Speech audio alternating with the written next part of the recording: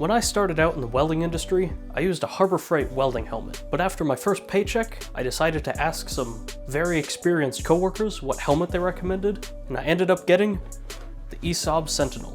This is going to be my review of this helmet and why I think it's a great investment. I've been using this helmet for over 2 years now, and I'm going to show you why it's such a good choice, and also the problems I've had with this helmet. First, the good. If the screen up front gets too banged up or needs to be replaced, it's easy to remove. Just push that button, pops it out. Then just gets pulled over that second part. Then to put the next one on, you do it in reverse. Put it over that one, push it around, clicks in place.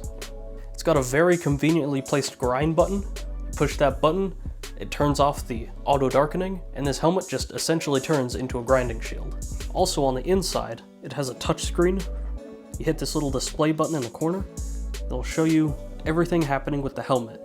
Sensitivity, shade, delay, and memory. With memory, you can have different presets.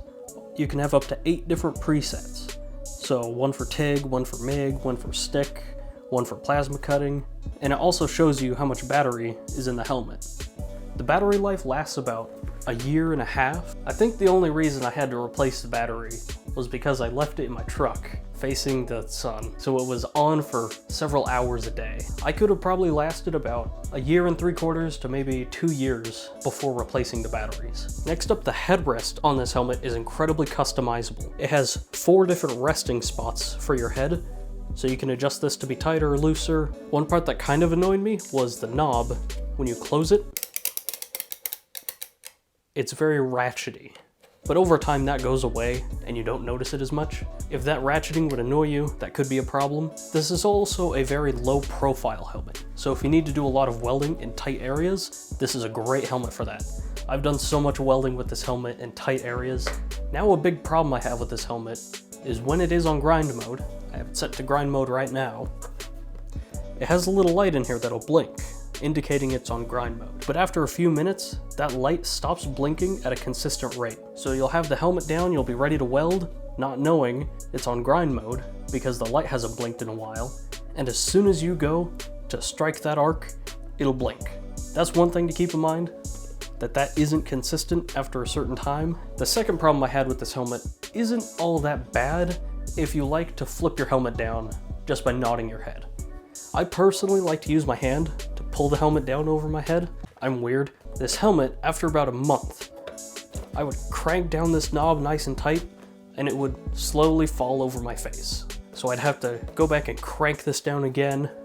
Like every other time I went to weld, I'd have to crank this down so it wouldn't fall over my face. I'm pretty sure if you got like a rubber gasket and put it in there, that would solve the problem. But it's not too big of a deal, and you just have to tighten this down every now and then. That problem will go away and come back occasionally, but it's not too big of a problem, and it's the only problem I can really think of, aside from the grinding button with this helmet. Overall, I think this is a fantastic helmet to start welding with, if you have the budget for it. It is gonna range about $300 to $400, depending on where you buy it, and I think it's a fantastic investment for your welding career. If you have any questions about this particular helmet, or just helmets in general, be sure to let me know in the comments. I'll get back to you as soon as I can.